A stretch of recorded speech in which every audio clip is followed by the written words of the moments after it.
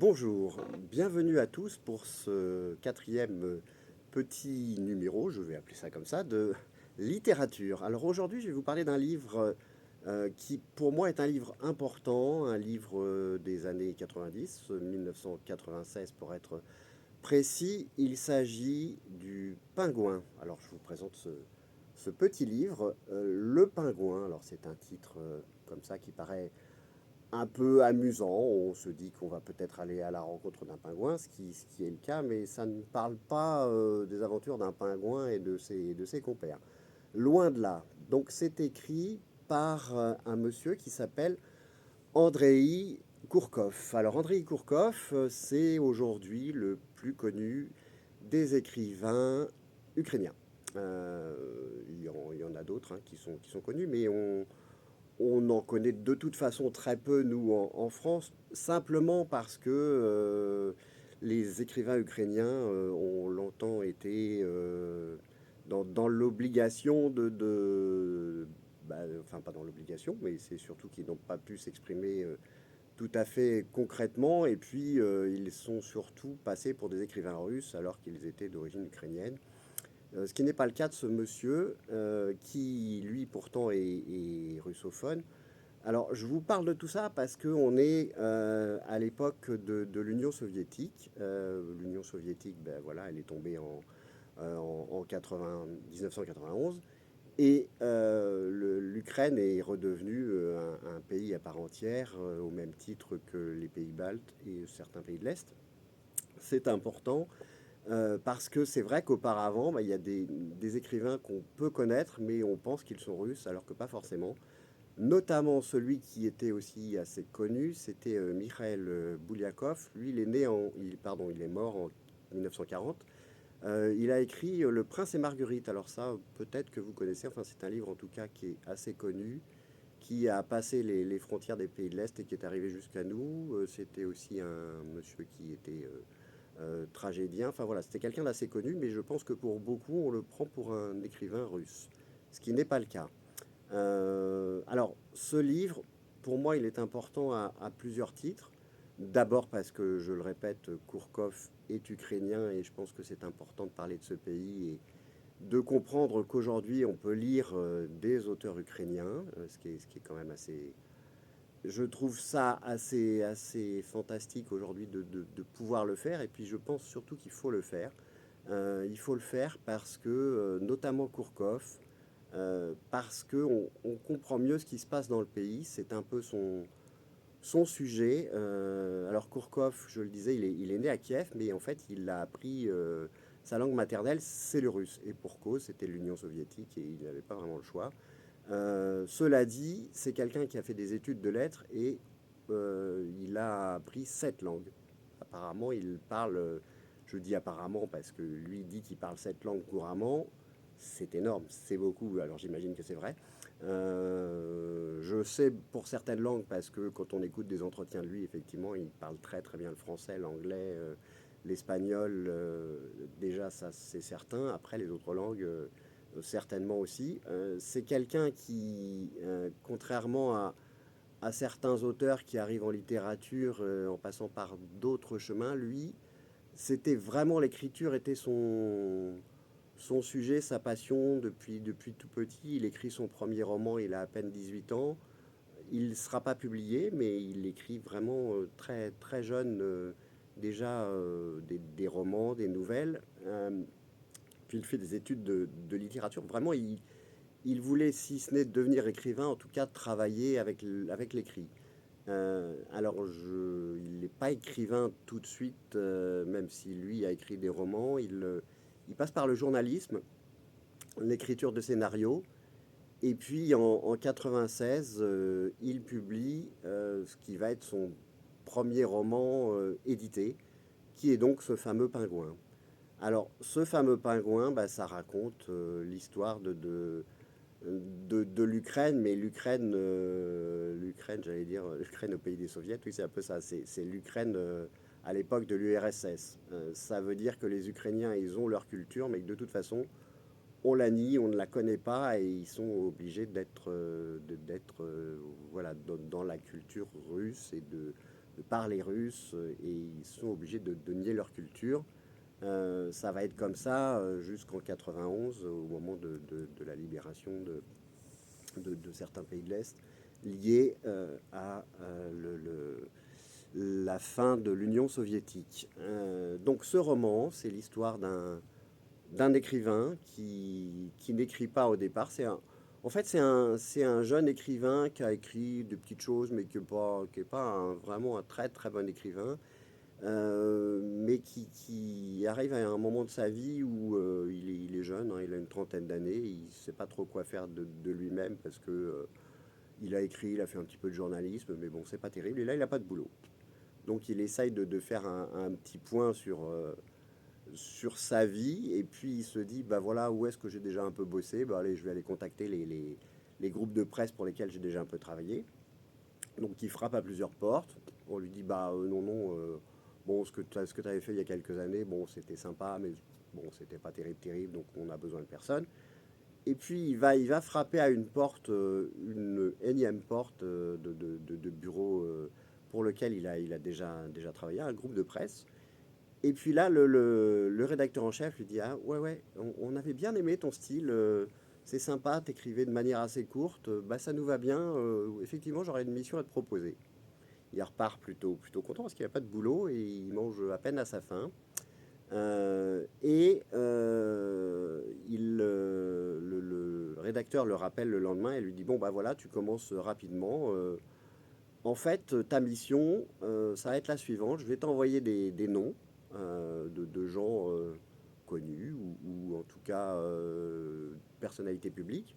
Et puis tu vas écrire des petites nécrologies. Alors je te les enverrai comme ça au fur et à mesure. Et puis tu nous envoies ta petite nécro. Alors lui il trouve ça un peu étrange, mais comme c'est quelqu'un qui aime aussi la fiction et puis qui a un peu le goût de quelque chose de particulier Enfin, il aime écrire, du coup, c'est un jeu pour lui, il prend ça comme un jeu. Puis, alors après, le personnage est aussi un peu naïf. Pas si naïf que ça, mais un petit peu naïf quand même. Bon, il y voit rien de mal. Il se dit, bon, allez, écrire des nécrologies, c'est amusant. Il se pose pas la question du pourquoi. Il commence à en écrire une, deux, puis trois, et en fait, il gagne beaucoup d'argent à chaque fois. Donc, bah, ça va mieux, quoi. Il est content dans sa vie. Alors, il est toujours tout seul, euh, mais ça va pas durer parce que en fait, il adopte un pingouin parce que dans ce pays, dans l'ex-Union soviétique, a priori, on ne se débarrasse pas des institutions, des zoos, des musées ou d'endroits publics comme ça. C'est-à-dire qu'on vend tout et on se débarrasse de tout avant de fermer les portes. Donc le musée de Kiev, puisqu'il vit à Kiev, va fermer et le directeur du musée propose à qui veut de récupérer des animaux pour les adopter. Et c'est ce qu'il fait, lui. Il va chercher un pingouin bah, pour se trouver moins seul. Il se trouve que ce pingouin va pas vraiment l'aider au début à sortir de sa solitude parce que ce pingouin est un peu comme lui. C'est pas un gros bavard, c'est pas un causeur, il est plutôt taciturne. Donc il se retrouve plutôt à se regarder, à s'observer, à essayer de comprendre comment l'un et l'autre fonctionnent. Au début, ça se passe vraiment comme ça. Mais ce pingouin va devenir, entre guillemets, son meilleur ami par la suite. Donc il y a cet homme qui trouve ce boulot un peu étrange, ce pingouin qui est aussi un peu étrange dans sa vie, et puis il va entrer aussi après dans sa vie une petite fille, mais ça je ne vais pas vous en dire beaucoup plus. Enfin bref, c'est quelqu'un qui passe de la solitude à une vie assez mouvementée, puisque vous l'imaginez bien, ces histoires de petites nécrologies, elles vont pas l'amener vers des choses très sympas. Parce que les gens pour lesquels il écrit ces petites nécrologies, eh ben, ils vont tous mourir les uns à la suite des autres. Et ça va l'emporter vers quelque chose d'assez fou. Il va se faire surveiller tout le temps. Il va plus trop savoir comment se comporter. Et ce pingouin va lui amener quand même une certaine stabilité. Mais lui, sa vie, elle va devenir assez folle. Lui qui était plutôt un solitaire tranquille, va vivre une vie d'angoisse, de panique. Et c'est ça que ça raconte. Ce livre raconte ça et raconte... Alors pour le coup, c'est drôle. Ce livre, il est amusant parce que les situations, elles sont cocasses, elles sont un peu folles et on se dit, bah, c'est complètement dingue. Et en même temps, on comprend que c'est un peu ce qui se passe, ce qui se passait en tout cas dans ces années-là, dans les années 80, enfin avant les années 90, en Union soviétique, c'est-à-dire que tout le monde surveillait tout le monde. Le crime, les mafias et autres étaient du quotidien et les gens mouraient un peu comme ça.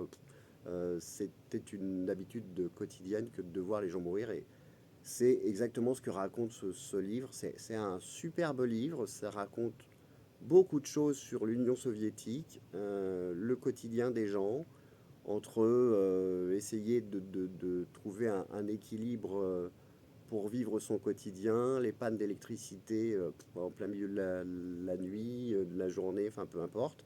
Du coup, une espèce de vie comme ça, difficile à tenir au quotidien. Euh, c'est hyper bien écrit, hyper bien retranscrit. On est dans un livre qui est à la fois drôle un petit peu, je dirais pas angoissant. C'est pas une angoisse parce qu'on sent que le personnage il vit comme ça et que quelque part c'est une habitude. Et c'est ce que veut montrer l'auteur, c'est-à-dire que ce qui nous paraît à nous complètement dingue et ce qui ne devrait pas avoir lieu d'être est le quotidien de certaines personnes. C'est vraiment un superbe bouquin, ça nous montre ce qui se passait à cette époque-là. À ce titre-là, vraiment, je vous engage à lire vraiment ce livre-là et puis l'œuvre de Kourkov qui est souvent comme ça. Alors, euh, il va s'arrêter d'écrire comme ça, ces espèces de livres un peu sur un ton humoristique. Il va s'arrêter de s'écrire comme ça en 2022. Parce que en 2022, de nouveau, l'Ukraine est envahie par les Russes. Là, lui, il a un certain âge déjà. Bouliakov, il a 65 ans aujourd'hui, donc en 2022, bah, il en a 4 de moins. Il a un peu plus de 60 ans. Euh, il voit des jeunes mourir parce que les jeunes Ukrainiens bah, s'engagent dans la guerre qui est là présente quotidiennement. Lui voudrait s'engager. En fait, il en a l'envie, il veut défendre son pays, mais il ne peut pas le faire parce qu'il est trop âgé. Donc il change son, j'allais dire son fusil d'épaule. Oui, c'est un peu ça, c'est-à-dire que plutôt que d'écrire, en fait, il se sent plus le courage d'écrire de manière un peu ironique et un peu drôle. Euh, il va écrire un journal de guerre et il va écrire que sur la guerre russe, enfin l'Ukraine-Russie, il va écrire que là-dessus. Donc il écrit un journal de guerre qui sort en 2023 et il écrit une suite qui sort en 2025. Enfin, il ne travaille que là-dessus. Alors, le premier est vraiment son observation de la guerre. Donc, c'est un journal, c'est son journal. Après, il va aller interroger des gens et il va faire un espèce de journal qui concerne tous les Ukrainiens, qui est sorti en 2025 et vraiment, c'est cet homme, moi, il m'impressionne parce il ne travaille que pour essayer de montrer à l'extérieur des pays de l'Est comment vivent ces gens-là et les difficultés qu'ils rencontrent au quotidien. Lui, il aurait pu partir 100 fois de son pays, on lui a proposé. On lui a dit, mais tu vas pas rester, c'est la guerre, voilà, t'habites à Kiev, c'est bombardé tout le temps. Il a dit, non, non, moi je reste, je ne partirai jamais de ce pays, je veux être là tout le temps et je trouve ça très très fort, c'est courageux. Alors évidemment, il voyage pour son métier parce que c'est un écrivain qui a l'occasion de... Il est, ben voilà. En fait, l'avantage qu'il a, c'est que parlant cette langue, il est invité un peu partout, ce qui lui permet justement de parler de son pays et de son engagement. Et à ce titre-là, vraiment, bah, lisez Kourkov, je vous engage à le faire. Vous en sortirez touché, ému par les personnages.